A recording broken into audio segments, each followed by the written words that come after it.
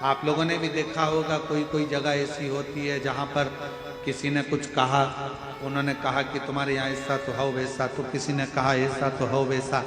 फिर धीरे धीरे वहाँ पर जब धन सामने आने लगता है, थोड़ा सा पैसे की मात्रा बढ़ने लगती है, तो वो फिर भजन कीर्तन स्मरण तप साधना फीकी हो।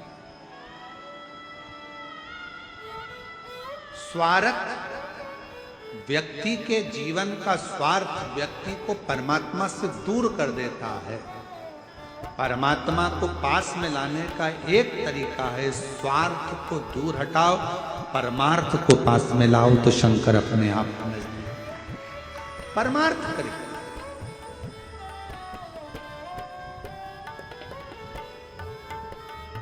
जब आप बेजापुर महाराष्ट्र से 26 तारीख को कथा सुनोगे 1 बजे से 4 बजे तक, उसमें आप सुनोगे कि सावित्री माता ने, गायत्री माता ने, लक्ष्मी माता ने, ब्रह्माणी सरस्वती माता ने, पार्वती माता ने, कात्यायनी माता ने, कुष्मांडा माता ने, रिद्धि माता ने, सिद्धि माता ने, इंद्राणी माता ने, ऐसी कई माताएं हैं जिन्होंने परमार्थ के साथ बेलपत्र का अनुमोदन कर कर, बेलपत्र का पूजन कर कर, परमार्थ का काम कर कर अपनी प्रसिद्धि, अपनी सिद्धता और अपनी सिंहासन को पाया।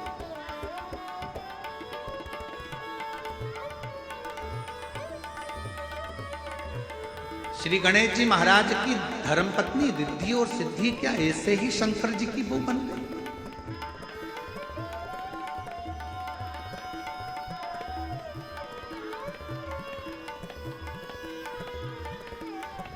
क्या माता लक्ष्मी ऐसे ही भगवान विष्णु की अर्धांगिनी बन गई? क्या ब्रह्माणी ऐसे ही ब्रह्मा जी की अर्धांगिनी बन गई? क्या पार्वती ऐसे ही शिव जी की धर्मपत्नी बन गई? ना ना, इन्होंने जो परमार्थ किया है, इन्होंने जो जनमानस का कार्य किया, पूरे जगत के उद्धार का जहां क्रम आया, तब जाकर ये अच्छे सिंहासन पर बैठी। आपको यदि कोई कुर्सी मिली, पद मिला, प्रतिष्ठा मिली, सम्मान मिल रहा है, आदर मिल रहा है, सत्कार मिल रहा है, तो समझ लेना कि तुमने पूर्व में और इस जन्म में कोई किसी का भला करते रहे होगे, तो भगवान ने आपको उच्च पद पर लाकर बिठा दिया। अब मौका दिया है परमात्मा ने, ये कुर्सी, ये पद, ये प्रतिष्ठा, ये सिंहासन तुमको दिया क्यों है? कि इस पर बैठकर फिर कुछ अच्छा करना, जिससे आने वाले समय में और उच्च पद पर बैठो, फिर कुछ अच्छा करना, और ऊंचाइयों तक जाओ, अपने द्वारा परमार्थ का काम, स्वार्थ का नहीं। जहां स्वार्थ आ गया, परमार्थ दूर हट जाएगा, परमात्मा दूर हट जाएगा।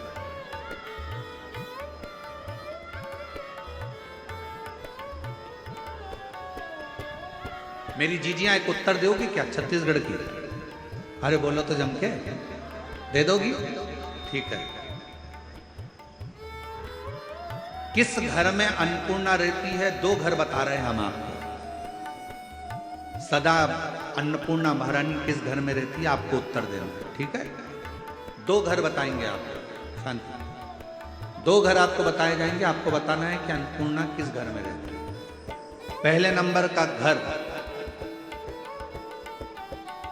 जिसमें बहू, घर की नारी, घर की स्त्री, घर की बेटियां भोजन बनाए, और भोजन बनाए और भोजन करने के लिए घर में 10-12 लोग आ रहे हैं, 15 लोग आ रहे हैं, या घर में 10 लोग जीमने वाले हैं, या कोई फंक्शन है, और घर में खीर बनी, हलवा बना, भजिया बना, अच्छी कोई सब्जी बनी।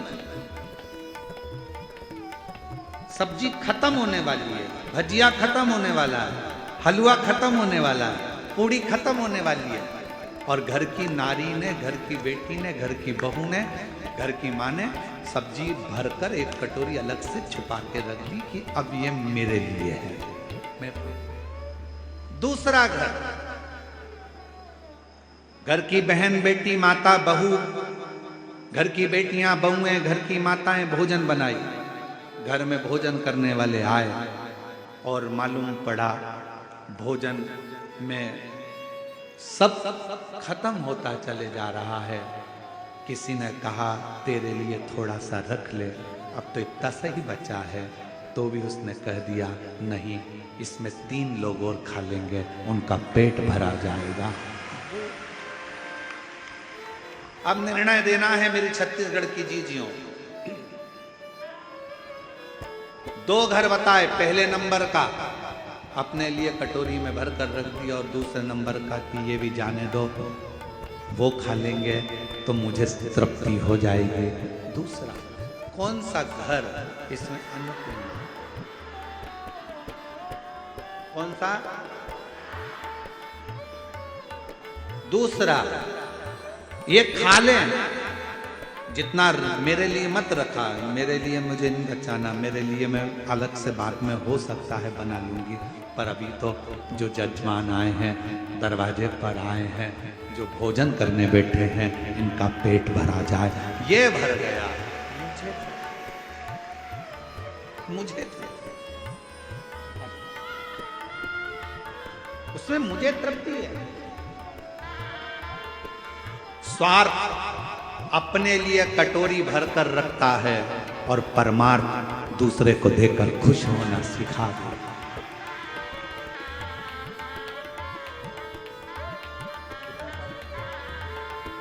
शंभो,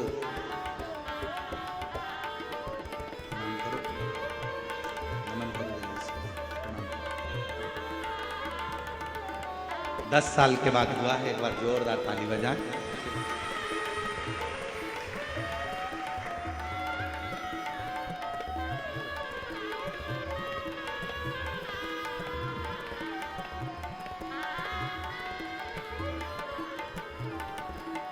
स्वार्थ और परमार्थ में यही है, ये बहुत स्वार्थ अपने लिए होता है, परमार्थ जगत के लिए। और जिसने जिंदगी में परमार्थ करना प्रारंभ कर दिया, परमार्थ कितना सुंदर कहा है, कितना सुंदर।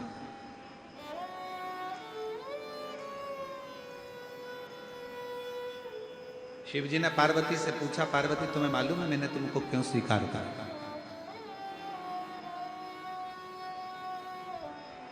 जरा ध्यान देना कथा की ओर, बहुत सावधानी की कथा है, आज विराम की भी है और समझने की भी है। पार्वती तुमको मालूम है मैंने तुमको क्यों स्वीकार करा? मैंने तुम्हें अपनी अर्धांगिनी क्यों बनाया? तुम मेरी पूजन जिंदगी भर करती रहती तो भी मैं तुमको अर्धांगिनी नहीं बना। तुम पूजन कर कर कर भी मेरे प्राण त्याग देती तो मैं तुम्हें अर्धांगिनी नहीं बना। पर पार्वती मैंने तुम्हें अर्धांगिनी क्यों बनाया तुमको मालूम? पार्वती जी पूछी कि मैंने आपकी आराधना करी, साधना करी, आपने मेरी परीक्षा ली, हर परीक्षा में मैं पास हो गई, इसलिए तुमने मुझे अर्धांगिनी बनाया? नहीं था, मैंने तुम्हें अर्धांगिनी तब बनाया जब श्रावण का महीना आया और उस श्रावण के महीने में तुम्हारी सखी बेलपत्र को लाकर तुम्हारे हाथ में थी और उस समय पर बेलपत्र उस सखी को मिली नहीं थी। तुम एक गुफा के अंदर बैठकर साधना कर रही थी, तुम बालू का शिवलिंग बनाकर पूजन कर रही थी, तुम्हारी सखी ने एक बेलपत्र लाकर दी और बेलपत्र जो सखी लेकर आई थी उसके मन में चल रहा था कि ये बेलपत्र मैं भी बाबा को समर्पित करूं। तुमने वो बेलपत्र लिया, मुझे समर्पित करने के लिए उठाया और साथ में जो तुम्हारी सहेलियां बैठी थी उन सहेलियों से कहा एक काम करो, बेलपत्र एक है और कोई चढ़ाने के लिए दिख नहीं रहा, एक काम करो इस बेलपत्री में आप भी अपना स्पर्श कर दो, आप और हम मिलकर एक साथ बेलपत्र चढ़ाते हैं, बाबा स्वीकार।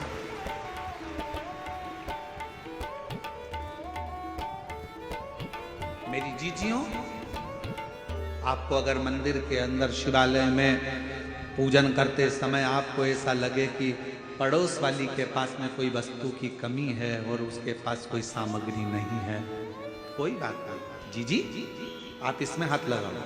मैं चढ़ा रही हूँ ना धतूरा, आप इसमें हाथ लगाओ। मैं बेलपत्र चढ़ा रही हूं ना, आप इसमें हाथ लगाओ। ये स्वार्थ नहीं, परमार्थ होगा। आपकी थाली में नहीं है, कोई बात नहीं, आप इसमें हाथ लगाओ, परमार्थ होगा, परमार्थ।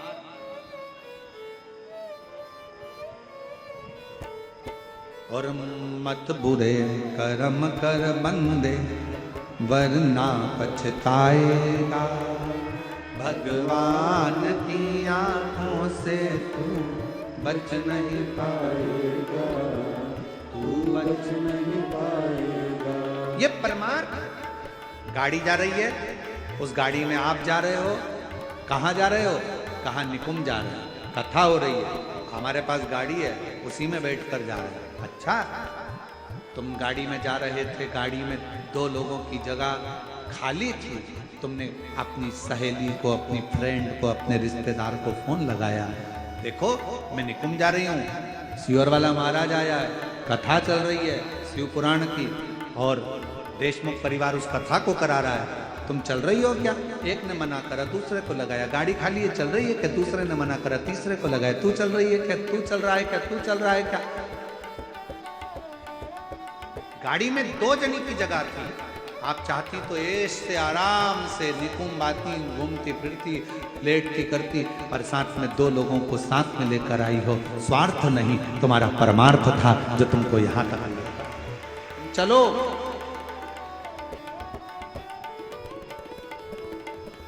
चलो। और फिर निवेदन है, फिर निवेदन, भजन, सत्संग, शिव महापुराण की कथा और भगवान का स्मरण अकेले नहीं, प्रयास करना। एक बार घर के लोगों को जरूर बोलना, तुम चल रहे हो क्या? मैं जा रही हूँ, सुनोगे क्या? चलोगे? नहीं, मैं तो टीवी के सामने सुन लूँ, कोई बात नहीं, वहां मैं मोबाइल पर सुन लूंगा, कोई बात नहीं, वहां बोलना अपना फर्ज है, कहना अपना फर्ज है, और फिर आगे उस परमात्मा की बात।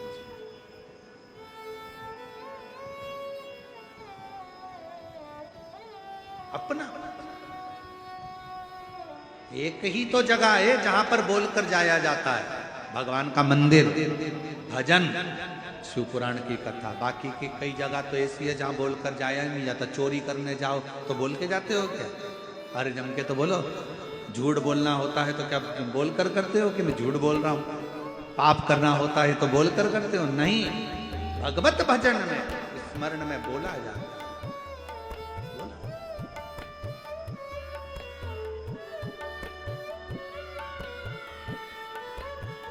स्वार्थ में नहीं, परमार्थ में। पार्वती जी, मैंने तुम्हें परमार्थ के बल पर पाया।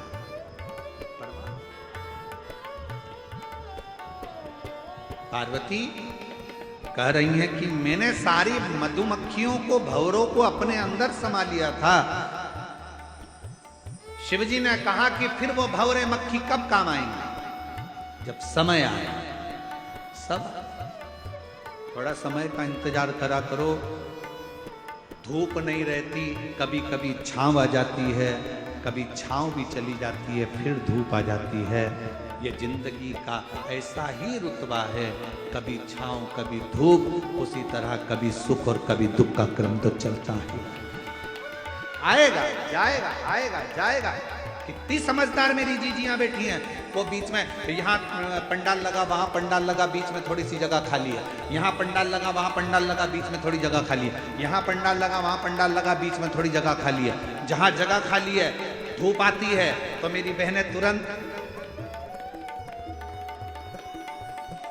धूप आते से मेरी जीजियां तुरंत अपने सिर पे पल्लू ले लेती हैं। धूप आते से अपने सिर पे कपड़ा रख लेती हैं। धूप आते से अपने सिर पर छाता रख लेती हैं। उनको मालूम है कि अगर धूप आए तो सिर पर कपड़ा रख लो, धूप आए छाता लगा लो। ये कपड़ा कोई दूसरा नहीं, ये छाता कोई दूसरा नहीं, अपने देवाधिदेव महादेव की छत्र छाया में आ जाओ, अपने पूर्वजों के हाथ के नीचे आ जाओ, थोड़ा सा छांव कर लो। कौन सी छांव? ये दुख की जो धूप आती है, तकलीफ की अगर धूप आ रही है, थोड़ा कष्ट आ रहा है, थोड़ी परेशानी आ रही है, तो थोड़ी देर के लिए परमात्मा के मंदिर का छाता, भगवान की कथा का छाता, थोड़ा सा सत्संग भजन का एक कपड़ा अपने सिर पर डाल लो। थोड़े दिन में ये धूप दुख की, तकलीफ की, कष्ट की चली जाएगी। जब ये धूप चली जाएगी तो वापिस सुख की छाया आ जाएगी, फिर छाते की जरूरत नहीं। थोड़ा आया, अभी धूप आई थी, मेरी जीजियां छाता लगा रही थी, थोड़ी कपड़ा लगा रही थी, कोई कुछ लगा, उनको मालूम है कि धूप थोड़ी देर में जाएगी, हमेशा नहीं टिक सकती। रात का अंधेरा छटेगा और दिन का प्रकाश आएगा, उनको मालूम। एक जैसा नहीं, उसमें चतुरता तुम्हारी रखना मेरी बहनों, मेरी जीजियों, मेरी माताओं, मेरे भाई, मेरे जीजाओं, चतुरता तुम्हारी रखना। जैसे धूप में छाता लगा लेते हो, दुख में परमात्मा का द्वार पकड़ो। परमात्मा, ज्यादा कर्जा हो जाता है, ज्यादा तकलीफ आ जाती है, ज्यादा दुख आ जाता है, तो घर में जो रकम होती है ना, सोने चांदी के जेवर होते हैं ना, वो दुकान पर चले जाते हैं। बोलो जाते कि नहीं जाते? दुख आता है, अपने कीमती जेवर दुकान पर चले जाते हैं। दुकान वाला कहता है इतने अच्छे अच्छे जेवर क्यों बेच रही हो, इनको क्यों गिरवे रख रही हो? तुम्हारे जेवर हैं, पहनोगी तो अच्छा लगेगा, तुम्हारे जेवर हैं, भाभी क्यों गिरवे रख रही हो, क्यों? जब दुख आता है, कर्जा बढ़ जाता है, तकलीफ बढ़ जाती है, तो घर के जेवर दुकान पर गिरवे रख दिए जाते हैं, जिससे हमारा थोड़ा दुख समाप्त हो जाए। याद रखना, घर के जेवर दुकान पर तब जाते हैं जब दुख आता है। उसी तरह दुकान पर जेवर जाए, उससे पहले इस मन को शंकर के पास भेज दो, तो दुख कटना प्रारंभ हो। जेवर दुकान पर जाए उससे पहले मन को मंदिर तक भेजो, शिवालय तक भेजो, शंकर तक भेजो।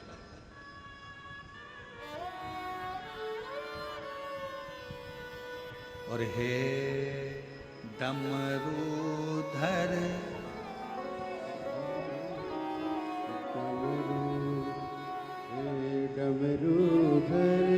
भोले शंकर, भी तुमको दिल दे बैठे,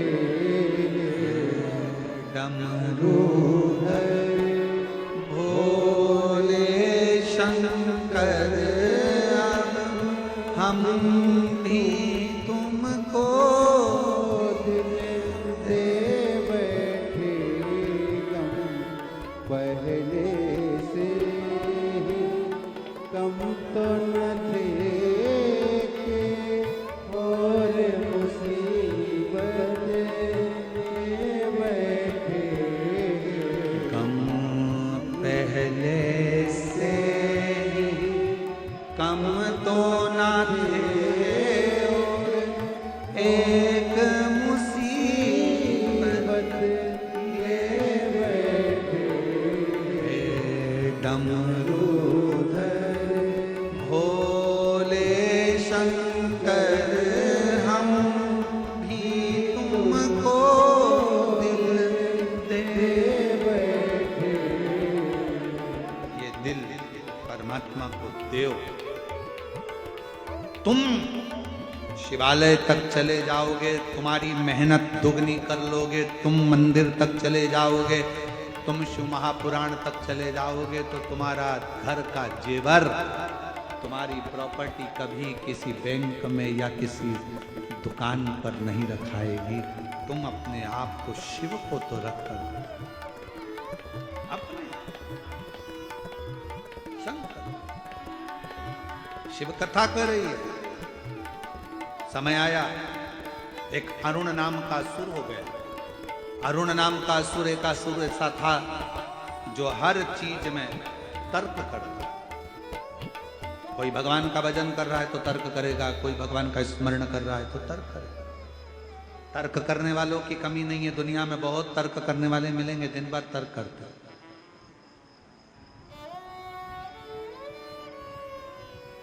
एक तर्क करने वाला व्यक्ति एक भक्त से मिल गया। भक्त जा रहा था मंदिर, वो भी उसके पीछे चला गया।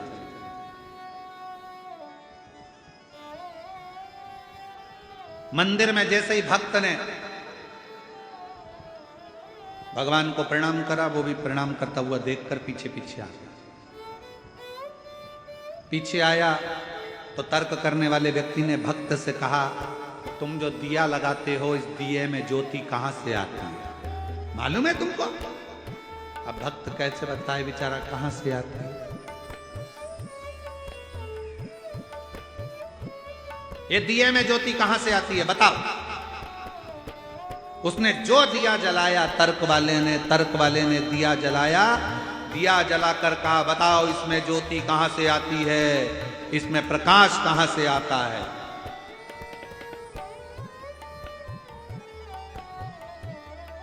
कहां से आता है? भक्त कहने लगा, ये सब भगवान की कृपा है, भगवान की भाव से। कहां से? जल्दी बोलो, इसमें ज्योति कहां से आई? तो भक्त ने उसमें फूंक मार दी। उसने कहा, मैं पूछ रहा था कहां से आई। भक्त ने कहा, जहां से आई थी वहीं चली गई।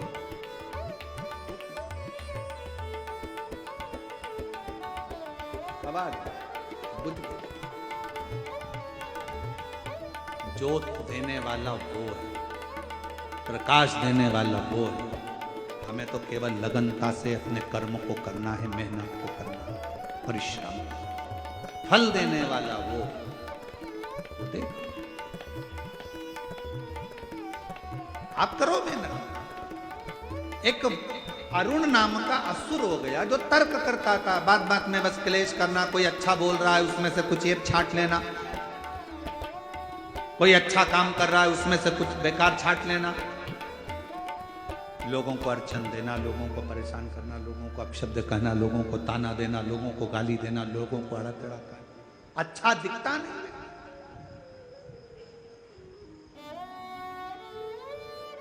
ऐसे कई लोग संसार में हैं जिनको आपकी अच्छाई नहीं दिखेगी। बहू ने रोटी अच्छी बनाई, सब्जी अच्छी बनाई, जरा सी चटनी बिगड़ गई ना, तो घर के लोग कुछ सब्जी अच्छी बनी उसका नहीं कहेंगे, रोटी अच्छी बनी उसका नहीं कहेंगे। घर के लोग, बताओ ऐसी चटनी बनती है? अपने बाप के घर से ये सीख के आए, ऐसी चटनी बनती है, ऐसी चटनी बनती है। इतने में बहू अंदर ही अंदर कुड़ती कुड़ती बोली, चटनी तो अभी बनी नहीं है, अब वो चटनी बाकी। ए भाई, चटनी में अगर स्वाद नहीं है, चटनी अगर बेकार बनी है तो उसको छोड़ो। जो रोटी अच्छी बनी है, सब्जी अच्छी बनी है, उसका तो गुणगान करो कि सब्जी अच्छी बनी, रोटी अच्छी बनी। पर तर्क करने वाले, गलत बोलने वाले, गलत विचार करने वाले, गलत संबोधन करने वाले अच्छाई नहीं ढूंढते, वो हमेशा बुरा ढूंढते हैं। इसने ऐसा बोल दिया, उसने ऐसा कर दिया, बहू ने ये कर दिया, सास ने वो कर दिया, इसने ये कर दिया, उसने वो कर दिया। दिन भर अरुण का काम था। एक अरुण नाम का सुर तर्क पर तर्क करता था, गलत विचार करता था। समय आया, देवताओं ने विचार करा कि ये तो मरने वाला नहीं, देवताओं को परेशान कर रहा है। तब सारे देवताओं ने देखा अरुण ने मांगा क्या है।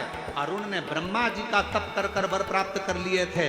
ना मुझे पृथ्वी पर चलने वाले 4 पांव वाले मारे, ना पृथ्वी पर चलने वाले 2 पांव वाले मारे, मुझे पृथ्वी पर चलने वाला कोई ना मार पाए।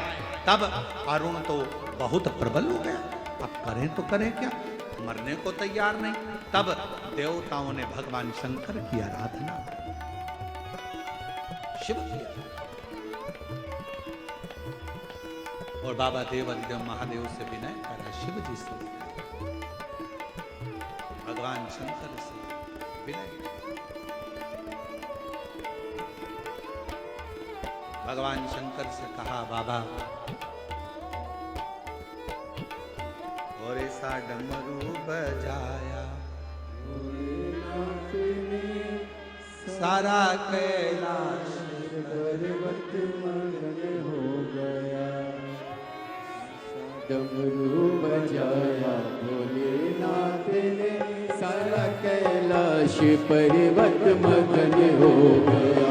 ऐसा डमरू बजाया भोलेनाथ ने, सारा कैलाश पर्वत मगन हो गया।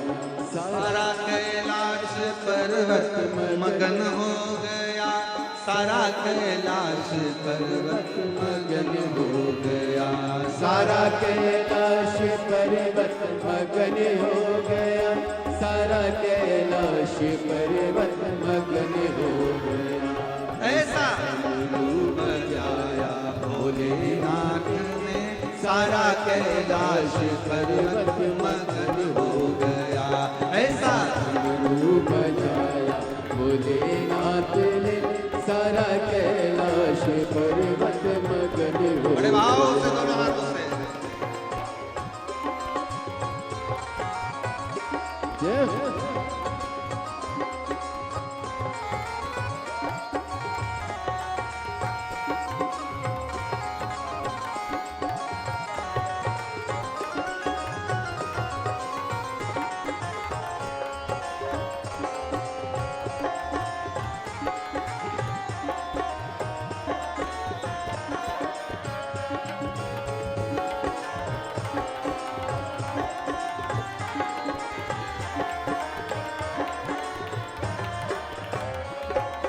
डमरू को सुन करके गणपति जी आए।